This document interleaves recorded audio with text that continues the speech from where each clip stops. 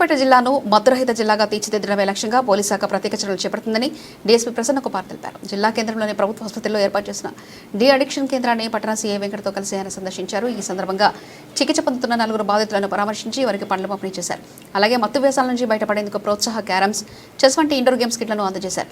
DSP మాట్లాడుతూ గంజాయితో సహా ఇతర మత్తు పదార్థాల రవాణాపై పోలీస్ శాఖ యుద్ధ ప్రతిపాదన చర్యలు తీసుకుంటుందన్నారు. పాత నేరస్తులపై నిరంతరం నిఘా కొనసాగుతుందని, మద్యం సేవించిన వారిని గుర్తించినట్లే గంజాయి సేవించిన వారిని గుర్తించేందుకు ప్రభుత్వం ప్రత్యేక టెస్టింగ్ కిట్లను అందుబాటులోకి తీసుకొచ్చిందని తెలిపారు.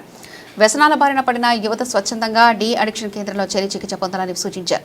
మత్తు పదార్థాల విక్రయం, రవాణా లేదా వినియోగంపై సమాచారం ఉంటే వెంటనే డయల్ 100-112 లేదా టోల్ ఫ్రీ నంబర్ 1908కి సమాచారం అందించాలని ప్రజల్ని కోరారు.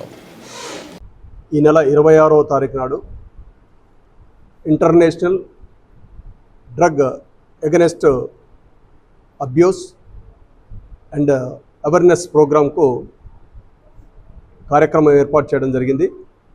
అది 22వ తారీఖు నుంచి 26వ తారీఖు వరకు, అంటే ఈరోజు లాస్ట్, ఈరోజు వరకు ఈ కార్యక్రమాలు వివిధ ప్రాంతాల్లో, స్కూళ్ళు, కాలేజెస్ మరియు పట్టణాల్లో, గ్రామాల్లో అవేర్నెస్ ప్రోగ్రామ్స్ కండక్ట్ చేయడం, తర్వాత ర్యాలీలు కండక్ట్ చేయడం, తర్వాత స్కూళ్ళల్లో, కాలేజీలలో వ్యాసరచన పోటీలు, తర్వాత డ్రాయింగు, పెయింటింగు, ఈ డ్రగ్స్కు అబ్యూజ్ వల్ల జరిగే నష్టాలు ఏ విధంగా ఉన్నాయి, యువత దాని బారిన పడి ఎంత నష్టపోతున్నారు అనే వాటి గురించి వ్యాసరచన పోటీలు కూడా ఏర్పాటు చేయడం జరిగింది.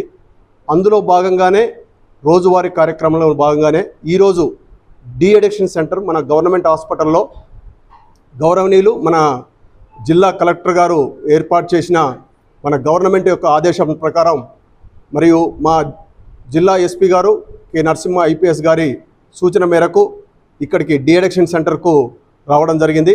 ఈ డి అడిక్షన్ సెంటర్లో ఒక 4 మెంబర్స్ ఇప్పుడు బాధితులు ఇక్కడ ఉన్నారు. వాళ్ళు ట్రీట్మెంట్ తీసుకుంటారు.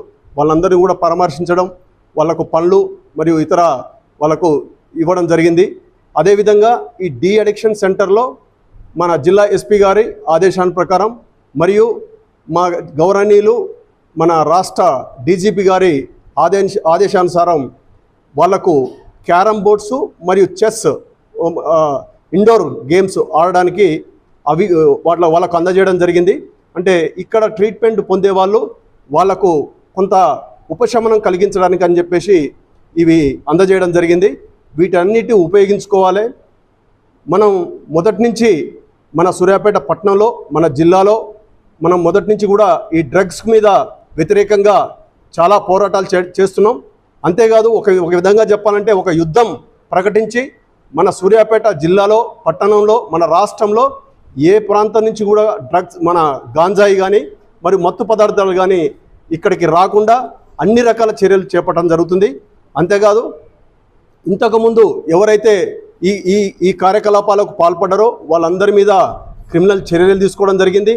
వాళ్ళని మొత్తం కూడా కేసులు నమోదు చేసి వాళ్ళను మళ్ళా జనజీవన స్రవంతిలో తీసుకురావడానికి అని చెప్పేసి పలు కార్యక్రమాలు కూడా ఏర్పాటు చేయడం జరిగింది.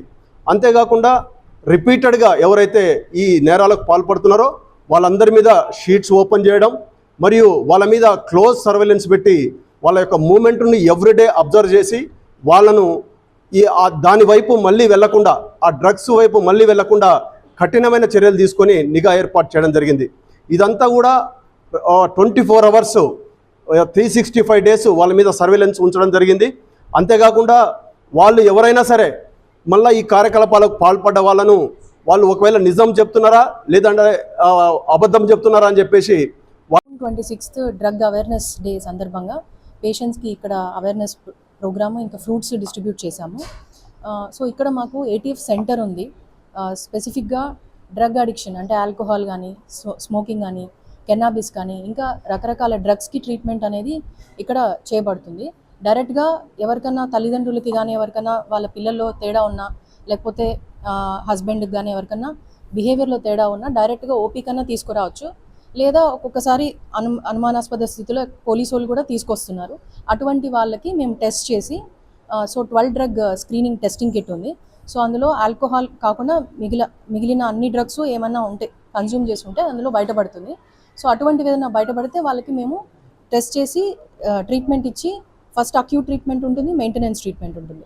అక్యూట్ ట్రీట్మెంట్ ఇచ్చి ఇమీడియట్గా సిమ్టమ్స్ ఏమన్నా ఉంటే, విత్డ్రావల్ సిమ్టమ్స్ ఉంటే అవి కంట్రోల్ చేసి తర్వాత మెయింటెనెన్స్ ట్రీట్మెంట్ కూడా మేము ఫాలోఅప్ ఇక్కడే ఇస్తున్నాము.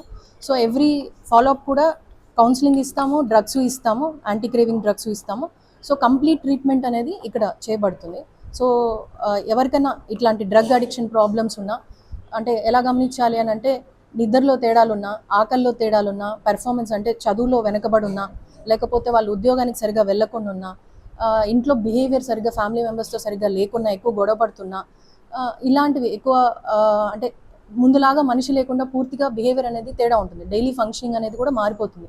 అట్లాగా ఎవరైనా అనిపించి ప్రవర్తనలో తేడాలు ఉంటే ఇక్కడికి తీసుకొస్తే ఫస్ట్ మేము హిస్టరీ తీసుకొని ఏ డ్రగ్ ప్రాబ్లం ఉంది, ఎంత ప్రాబ్లం ఉంది, సివియారిటీ ఎంత ఉందని అసెస్ చేసి ఇక్కడ ఏటీఎఫ్ సెంటర్లో అడ్మిట్ చేసి ట్రీట్మెంట్ ఒక 1 week to 10 days acute treatment ఇచ్చి, ఆ తర్వాత ఓపీలో ఎవ్రీ మంత్ ఫాలోఅప్ చేసి కౌన్సిలింగ్ ఇచ్చే ట్రీట్మెంట్స్ అన్నీ ఇక్కడ నడుస్తున్నాయి. సో అటువంటి ప్రాబ్లమ్స్ ఎవరైనా ఉన్నా ఇక్కడికి తీసుకొస్తే కంప్లీట్ ట్రీట్మెంట్ అనేది ఇక్కడ దొరుకుతుంది. సో ఆ డ్రగ్ తీసుకున్న దానివల్ల వచ్చిన ఇమీడియట్ సిమ్టమ్స్ ఉంటాయి, కొన్ని వణుకుడు రావడము, తాగాలన్న క్రేవింగ్ రావడం, ఉండలేకపోవడం తీసుకోకుండా, అట్లాంటి వాటికి అక్యూట్ ట్రీట్మెంట్ అవసరం. దానికి ఒక 1 week to 10 days పడుతుంది. 1 week to 10 days అంటే ఎమర్జెన్సీ దీని నుంచి బయటపడిపోతారు. ఆ తర్వాత maintenance treatment follow up every month ఒక 6 months 1 year వరకు మేము ఎలా మళ్ళీ తీసుకుంటున్నాడా లేదా, మళ్ళీ ప్రవర్తనలో ఏమైనా తేడా ఉందా అనేది మేము కౌన్సిలింగ్ కంటిన్యూస్గా ఇస్తూ ఉంటాం. అది ఓపీలో జరుగుతుంది. చాలా ఎక్కువ ఉంటాయండి డ్రగ్ అబ్యూస్ కేసెస్, 10 to 20 అట్లా వస్తుంటాయి. మా డైరెక్ట్గా సైకియాట్రీనే కాకుండా జనరల్ మెడిసిన్కి ఎక్కువ వస్తూ ఉంటాయి. ఇప్పుడు కడుపు నొప్పితో తాగేసి ఫిజికల్ కాంప్లికేషన్స్ వస్తాయి. సో అలాగా కొంచెం మెమరీ తగ్గిపోయి ప్యాంక్రియాటైటిస్, లివర్ ప్రాబ్లమ్స్, రకరకాల ఇష్యూస్తో వేరే డిపార్ట్మెంట్స్ నుంచి కూడా మాకు వస్తుంటాయి. 10-20 కేసెస్ ఎమర్జెన్సీ కేసెస్ ఐసీయూలో కూడా అడ్మిట్ చేసుకొని ట్రీట్మెంట్ ఇస్తుంటాం. మతి స్థిమితం లేకుండా కూడా అయిపోతారు. ఆల్కహాల్ ఎక్కువ తీసుకోవడం వల్ల మతి స్థిమితం లేకుండా అయిపోతారు. అలాంటి కేసెస్ కూడా ఐసీయూలో అడ్మిట్ చేసుకొని ట్రీట్మెంట్ ఇస్తున్నాం.